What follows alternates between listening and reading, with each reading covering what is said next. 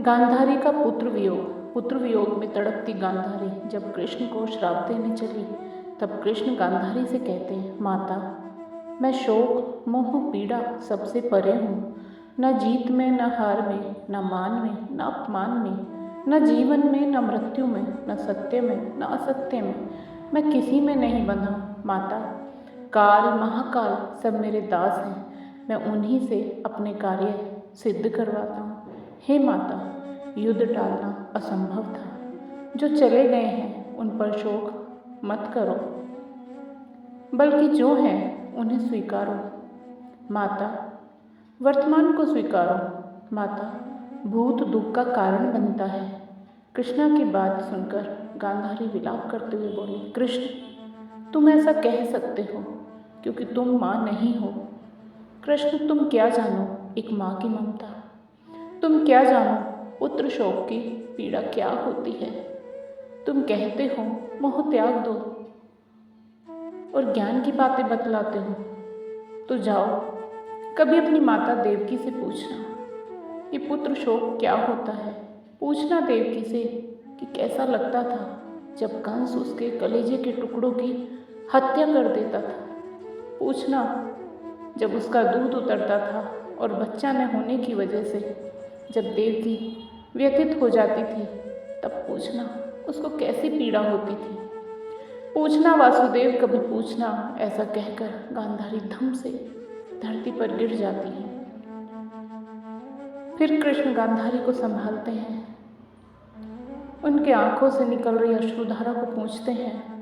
गांधारी फिर रोते हुए रोंदे रोंदे कंठ से कहती है कि कृष्ण, तुम्हारी माता ने तो 6 पुत्रों को खोया है, परंतु मैं अपने 100 पुत्रों को खो चुकी हूँ। कृष्ण गांधारी को पुनः समझाते हुए कहते हैं, परंतु माता, कौरवों ने वही मार्ग चुना जिसमें उनका पतन निश्चित था।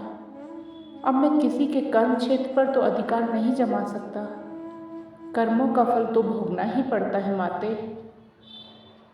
गांधारी कृष्ण की तरफ अश्रुपूरित नेत्रों से देखते हुए बोली,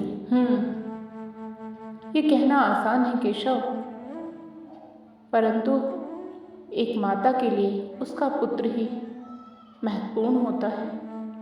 वह लायक है या नालायक, इसका माँ की ममता पर कोई प्रभाव नहीं पड़ता। जितना दुख उसे लायक पुत्र की मृत्यु पर होता है, उतना ही नालायक पुत्र पर। लोग कहते हैं कि तुम आदि ब्रह्म हो, लेकिन हो तो पुरुष ही। कलेजा वज्र का ही रहेगा। माता पार्वती देवी होते हुए भी अपने पुत्र गणेश का शोक सहन नहीं कर पाती है। हे कृष्ण, कभी माँ बनकर देखना, तब तुम्हें पता चलेगा कि तुम्हारा गीता ज्ञान ममता के आगे कितना टिकता है। यदि मोह ममता अज्ञान का परिचायक है, तो तुमने इस मोह के संसार की रचना क्यों की? बना लेते अपने ज्ञानियों का संसार। क्या आवश्यकता थी मोह ममता के संसार के रचना की? तुम भी जानते हो तुम्हारा ज्ञान नीरस है, निर्जीव है, इतना यथार्थवादी है कि उसे संसार नहीं चल पाएगा। तभी तुम मोह ममता का सहारा लेते हो। तभी वहाँ सभी पांडव आ जाते हैं, जिन्हें कृष्ण इशारे से बाहर जाने का संकेत देते हैं, मगर युधिष्ठिर संकेत को नहीं समझ पाते हैं और गांधारी के पास आकर क्षमा मांगते हुए कहते हैं, बड़ी माँ, हम दोषी हैं आपके, हम अपराधी हैं आपके। हो सके तो माता, हमें क्षमा कर दो। युधिष्ठिर की वाणी को सुनकर गांधारी क्रोध में भर जाती है। उन्हें दुर्योधन की टूटी जंगा, दुशासन की छाती को चीरकर लहू पीता हुआ भीम का स्मरण होने लगता है। कृष्ण समझ चुके थे कि गांधारी अब पुत्र शोक में पांडवों को श्राप दे देंगे, इसलिए कृष्ण गांधारी का ध्यान पांडवों की तरफ से हटाने के लिए व्यंग्य कहते हैं, हे माता, टूटना ही था उस जंगा को जिसने आपकी पुत्रवधू का अपमान किया। उस छाती को चीरना आवश्यक था जिसने द्रौपदी के केशों को छूने की धृष्टता की। इन सबका विनाश आवश्यक था, अन्यथा इनके किए गए कृत्यों को मानव अपना आदर्श बना लेता, जिससे एक शिष्ट समाज की कल्पना भी नहीं की जा सकती। हे माता, जिन पर आप शोक कर रही हो वो शोक के योग्य नहीं है। कृष्ण के कहे वाक्यों को सुनकर गांधारी क्रोध से तपने लगती है और कठोर वाणी में कहती है, हे यादव, हे माधव, मैं शिव भक्तिनी गांधारी अपने पतिव्रत धर्म से एकत्रित किए हुए पुण्य शक्ति से तुम्हें शाप देती हूँ।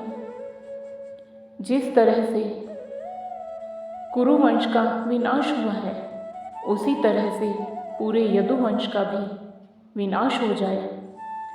जब गांधारी ने ऐसा कहा तो कृष्ण बोले, हे माता, यह शाप आपने मुझे नहीं स्वयं को दिया है। आप अभी अपने 100 पुत्रों का पूर्णतः शोक मनाए भी नहीं थी कि आपने अपने एक और पुत्र को शाप दे दिया। हे माता, क्या आप मेरा शव देख पाएंगी? माते, मुझे आपका शाप स्वीकार है, क्योंकि न तो मेरी मृत्यु होती है और न ही जन्म, न ही मेरा इस शरीर से कोई प्रेम है।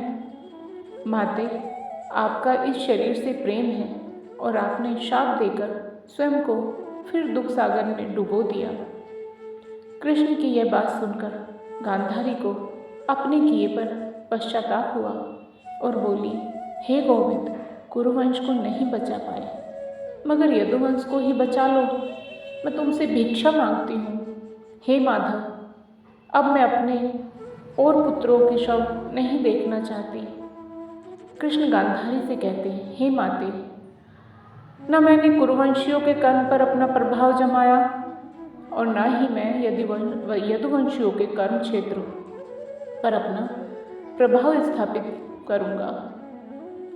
यदुवंशी भी अपने कर्मों का भुगतान करेंगे जैसे कुरुवंशियों ने किया। हे माता, मैं किसी भी स्थिति में धर्म का त्याग नहीं कर सकता। जय श्री राधे कृष्णा, जय श्री कृष्णा, हरे कृष्णा हरे कृष्णा।